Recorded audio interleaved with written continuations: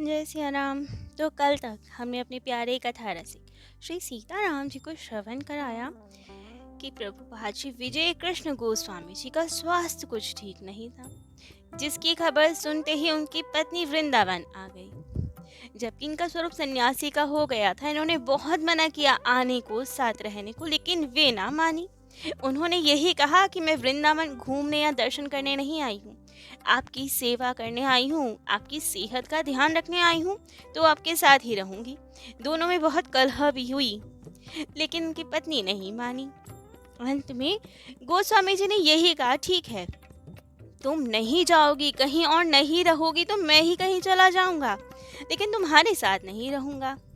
लेकिन तब भी वे नहीं मानी। दूसरे ही दिन प्रातः काल उनकी पत्नी योग माया देवी वे कुलदा ब्रह्मचारी जी के साथ जाने को प्रस्तुत हुई यमुना स्नान के लिए। लेकिन जाते समय कुलदा ब्रह्मचारी ने जैसे ही ठाकुर जी को प्रणाम किया और सिर उठाया तो देखा ये क्या, माँ योग माया वहां नहीं थी। कुंज में चारों ओर घूम फिर के देखा है, लेकिन माँ कहीं नहीं थी, योग माया देवी कहीं नहीं थी। बड़ा आश्चर्य हुआ।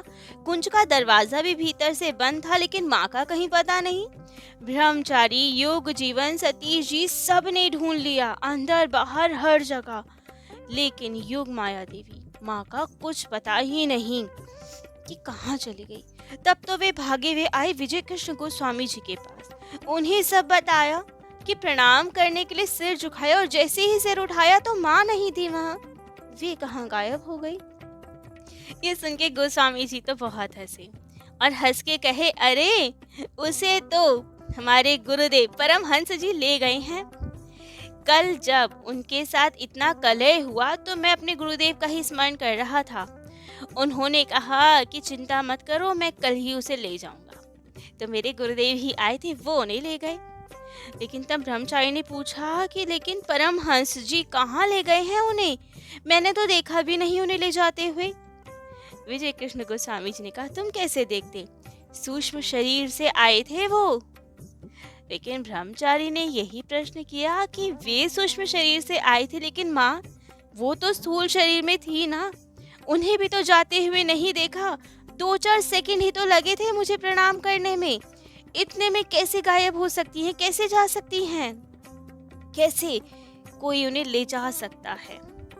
लेकिन गोस्वामी जी ने यही कहा कि योग सब कुछ कर सकता है, स्थूल को सूक्ष्म और सूक्ष्म को स्थूल कर सकता है। उन्होंने उसके शरीर के पंचभूत को पंचभूत में, स्थूल में मिला दिया। इसी प्रकार एक ही क्षण में उसके शरीर को स्थूल से सूक्ष्म कर दिया और उसे ले गए। लेकिन वे बड़े हैरान, पूछे कि कहाँ लेके गए हैं वे माँ को। उन्होंने बताया कि वे उन्हें अपने निवास स्थान मानसरोवर ले गए हैं। मानसरोवर जो तिब्बत में है? गोस्वामी जी कहे, नहीं नहीं, वो तो ये सांसारिक मानसरोवर है जिसे मान तालाब कहा जाता है। वे तो वो दिव्य मानसरोवर लेके गए हैं योगमाया को, जो कैलाश के रास्ते में पड़ता है। ऐसा दिव्य मानसरोवर जहाँ केवल सिद्ध योगी जा सकते हैं। वहाँ जाने कितने ऋषि मुनि देवी देवता रहते हैं। ये सुन के तो सब चकित रह गए कि क्या हुआ, ये अचानक कैसा चमत्कार है। लेकिन अब गोसाई जी तो बड़े प्रसन्न, खूब आनंद से अब रहे भजन करें। परंतु वे जहाँ रहते थे वहाँ उनकी भोजन की बड़ी अव्यवस्था थी। वे वृंदावन के दामोदर पुजारी के कुंज में रहते थे। कुंज में दाऊ जी का मंदिर था और दामोदर पुजारी एक गरीब ब्रिजवासी था, जो दाऊ जी की सेवा तो करता था, लेकिन बड़ा लोभी प्रकृति का था। तो दाऊ जी को भोग लगाकर प्रसाद गोस्वामी जी को, उनके परिकर को दे दिया करता था, और उसके बदले गोस्वामी जी के पास उनके बंगाल से शिष्य जो पैसा भेजते थे वो दे दिया करते थे। तो पुजारी को बड़ा लोभ हो गया कि विजय कृष्ण गोस्वामी जी शिष्यों से मंगवाकर पैसे दे देते हैं, लेकिन लोभ ऐसा था उसका कि पैसे मिलने के बाद भी, धन प्राप्त करने के बाद भी वे नित्य केवल उबला हुआ काढ़ा और मोटी मोटी रोटियां बनाकर सुबह ही रख दिया करता था। दोनों टाइम उसी का भोग लगाता था और वही विजय कृष्ण गोस्वामी जी को दे दिया करता था। ऐसा इसलिए किया करता था वो पुजारी, जिससे गोस्वामी को लगे कि पैसों की बड़ी तंगी है और अपने शिष्यों से और ज्यादा पैसा मंगवाए। तो ऐसा लोभ उसके मन में बैठ गया था, जिसके कारण अच्छा भोजन नहीं मिल पा रहा था। ना ठाकुर जी दाऊ जी के अच्छा भोग लगता, ना उनका प्रसाद इन्हें ठीक से मिल पाता था। लेकिन अब लोभ कैसे खत्म हो? एक दिन तो प्रातः काल दामोदर गोस्वामी जी के पास आया कांपता हुआ और दंडवत प्रणाम करके खूब रोने लगा। जब विजय कृष्ण गोस्वामी जी ने उसे देखा तो देखा उसके दोनों गाल मोटे मोटे फूले हुए हैं, जैसे किसी ने बहुत बुरी तरह पीटा हो। गोस्वामी जी ने पूछा, क्यों दामोदर, क्या हुआ तुझे? तब तो दामोदर बोला, कल रात्रि में जब मैं सो रहा था तो मैंने स्वप्न देखा कि दाऊ जी ने आकर मेरे दोनों गालों पर दोनों हाथों से चांटे मारे और मार मार कर मुझे कह रहे थे, पाखंडी, तेरा इतना साहस, ठीक से भोग नहीं लगाता, गोसाई को भूखा लगता है, आज मार मार के तुझे ठीक कर दूंगा। दाऊ जी से तो कुछ नहीं छुपा था, तो उन्होंने तो खूब पिटाई लगाई, इनकी सारा लोभ दूर कर दिया। लेकिन पीड़ा के मारे वो इतना चीख उठा और नींद खुल गई दामोदर की, और कहा गोसाई जी से, देखिए मेरे गाल अभी भी सूजे हुए हैं, कितनी पीड़ा हो रही है मुझे। गोस्वामी जी ने कहा, अच्छा दामोदर, दाऊ जी महाराज ने तुम पे शासन किया है, तुम तो बड़े भाग्यवान हो कि उन्होंने पीटा तुम्हें। अब से भक्ति पूर्वक उनकी सेवा करो, तुम्हारा मंगल भी अवश्य होगा। तब तो वे बढ़िया से भोग लगाने लगा और गोस्वामी जी को बढ़िया बढ़िया प्रसाद पवाने लगा। सब आनंद से हो रहा था। अब एक दिन संध्या समय एक वृद्ध स्त्री कुंज में आई और बोली, आपकी माँ गोसाई हमारे घर बैठी है, अभी अब उन्हें बैठे देखा, वे कब आई, कहाँ से आई, कुछ नहीं पता हमें। सुनते ही गोस्वामी जी ने कहा, योग जीवन से जाओ, जाकर ले आओ उन्हें। योग जीवन जी जाकर माँ को ले आए। माँ जैसी थी वैसी ही लौट कर आ गई थी। अभी थोड़ी देर पहले सुना ना हमने कैसे उनके गुरुदेव उन्हें ले गए थे, अचानक से अदृश्य हो गई थी, लेकिन अब वे लौट आई। केवल परिवर्तन एक था, अब उन्होंने गेरुआ वस्त्र धारण कर रखा था।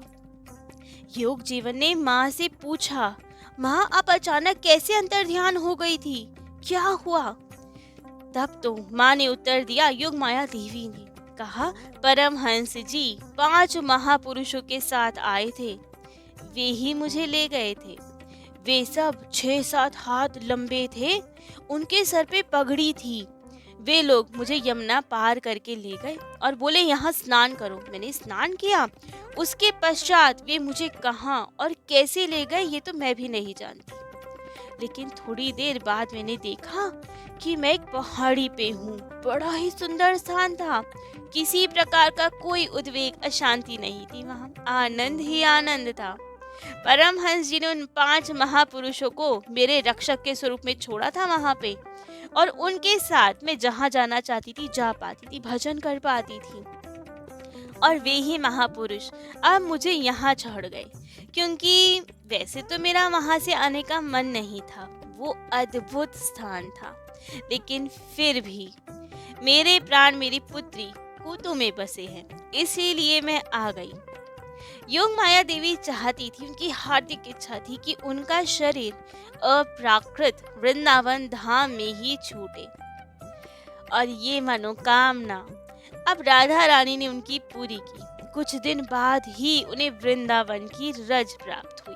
वृंदावन में ही उन्होंने देह त्याग किया।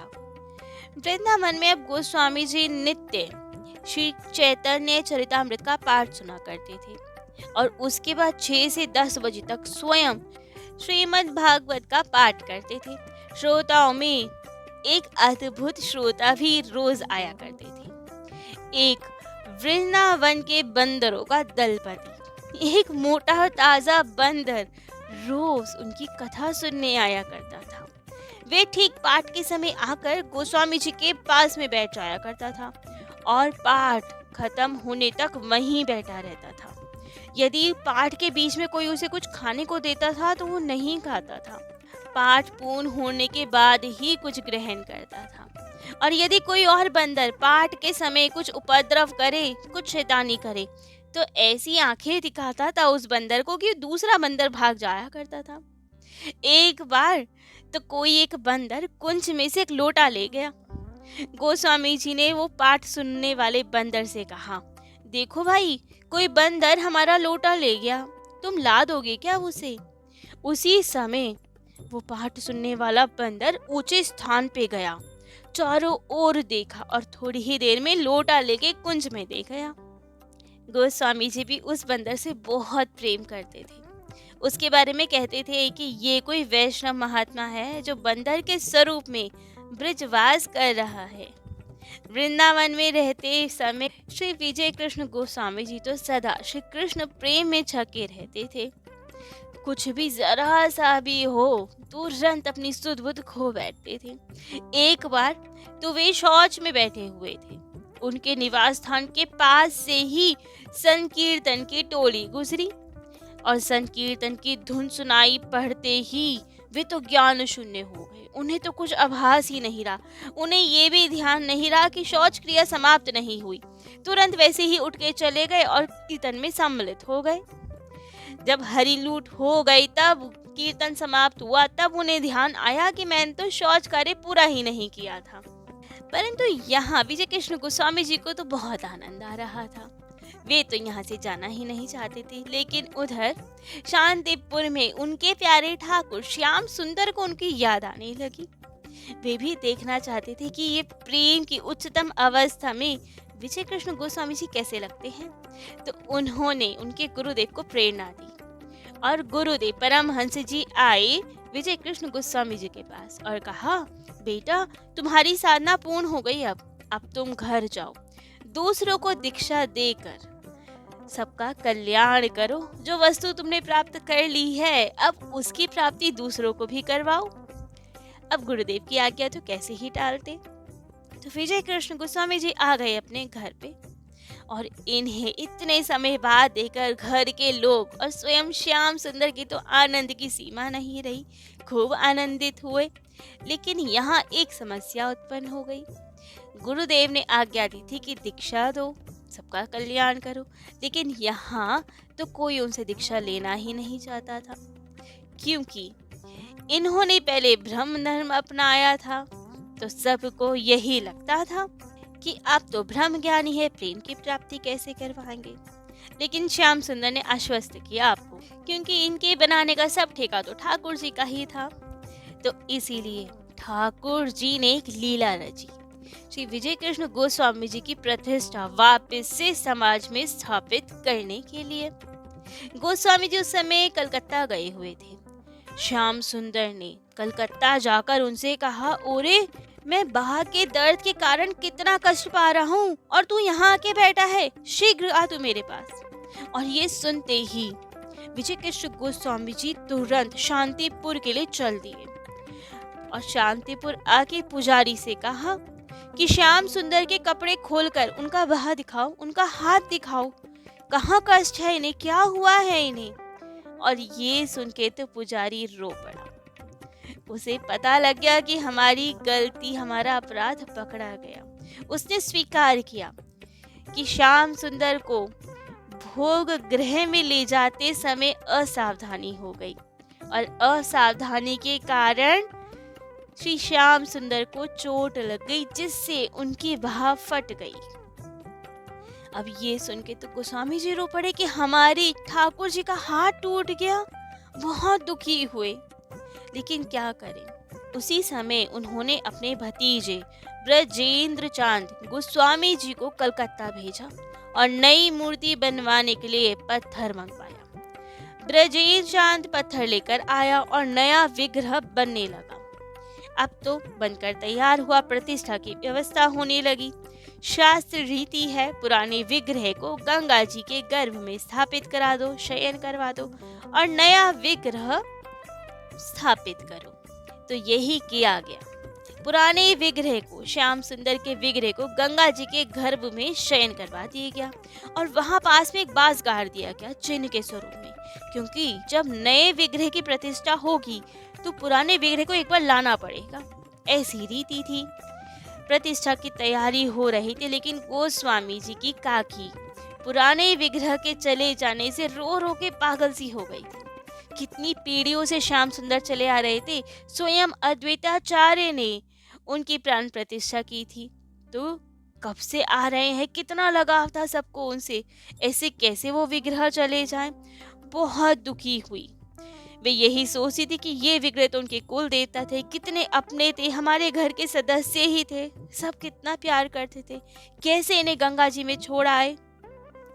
लेकिन क्या करें, उनकी एक ना चली। प्रतिष्ठा के दिन कार्य आरंभ होने पर गोस्वामी जी ने कहा अपनी काकी से, काकी माँ, अभिषेक के समय मंदिर में ही रहना, आप बाहर नहीं जाना, ध्यान से देखना अभिषेक को।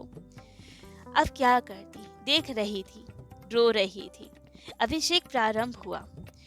100 घड़े गंगा जल, घी, दूध, दही, शहद, सबसे श्री विग्रह का स्नान करवाया गया।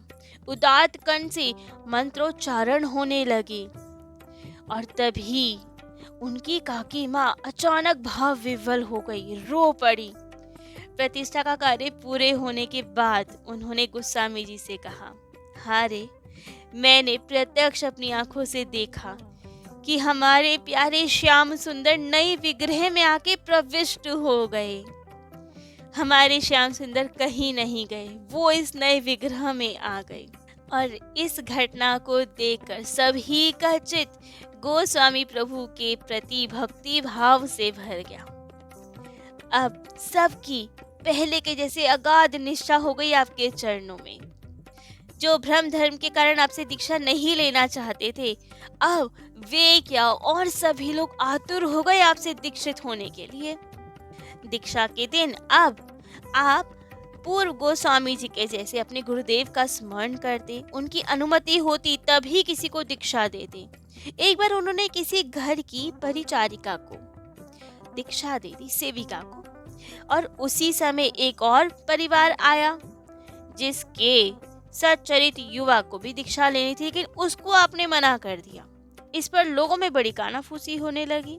सब प्रश्न उठाने लगे कि ये क्या तरीका है, किसी को दे रहे हैं, किसी को नहीं दे रहे हैं। तब तो आपने बोला, देखो, दीक्षा है अहेतु की, जिस पर भगवान की कृपा होती है उसी को दीक्षा की प्राप्ति होती है। प्राप्त करने वालों की सूची पहले से ही निर्धारित है, बनी हुई है, और ये सद्गुरुदेव जानते हैं। इसके संबंध में आंदोलन करने से कुछ नहीं होगा। जो सूची में नाम आएगा, ठाकुर जी जिसकी सूची में नाम लिख दिए हैं, वही दीक्षा प्राप्त करेगा। दीक्षा देते समय गोस्वामी जी जब मंत्रोच्चारण करते थे, तब भक्तों को अद्भुत दर्शन, अलौकिक भावावेश हो जाता था। ब्रह्म धर्म के प्रचारक श्री नागेंद्र चट्टोपाध्याय जी ने भी उनसे दीक्षा ली, और तब तो उन्हें श्री विजय कृष्ण गोस्वामी जी के पीछे एक सफेद दाढ़ी वाले दीर्घकाय ज्योतिर्मय पुरुष के दर्शन हुए। बाद में जब उन्होंने पूछा आपसे, तो आपने बताया कि आपको हमारे गुरुदेव परमहंस जी के दर्शन हुए। दीक्षा देते समय वे मेरे देह में आकर आप सबको दीक्षा देते हैं। ये कार्य वही करते हैं। वे यंत्री हैं, मैं यंत्र हूँ। उस समय के सिद्ध महात्मा चैतन्य दास बाबा जी, भगवान दास बाबा जी, भोलानाथ गिरी महाराज, श्री लोकनाथ ब्रह्मचारी, बहुत सारे आचार्य श्री विजय कृष्ण गोस्वामी जी के आचार्य स्वरूप में बहुत आदर करते थे।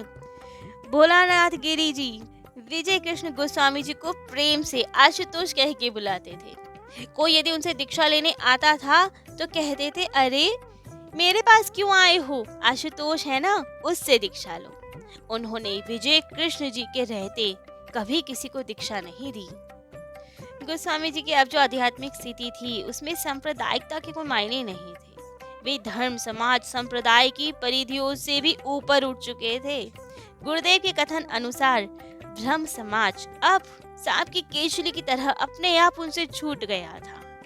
उन्होंने गेडारिया में एक स्वतंत्र आश्रम बना लिया था, जहां सभी धर्म के लोग आकर उनसे दीक्षा लेने लगे। उनकी साधना प्रणाली बहुत सरल थी।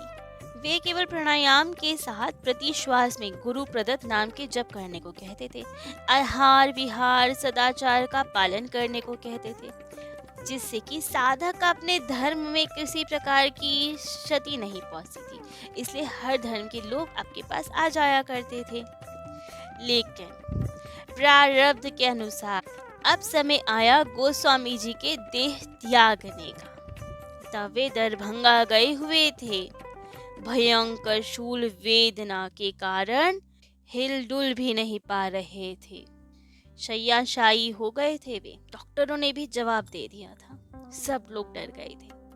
लेकिन क्या होता है, क्या सच में अभी तो दीक्षा देना प्रारंभ किया था और इसी बीच वे ठाकुर जी के धाम को प्रस्थान कर जाएंगे, या कोई दिव्य शक्ति आपको बचा लेगी? अभी होगा क्या, ये सब हम अपने प्यारे कथा रसिक श्री सीताराम जी को कल श्रवण कराएंगे। आज के लिए इतना ही। जय जय श्री सीताराम।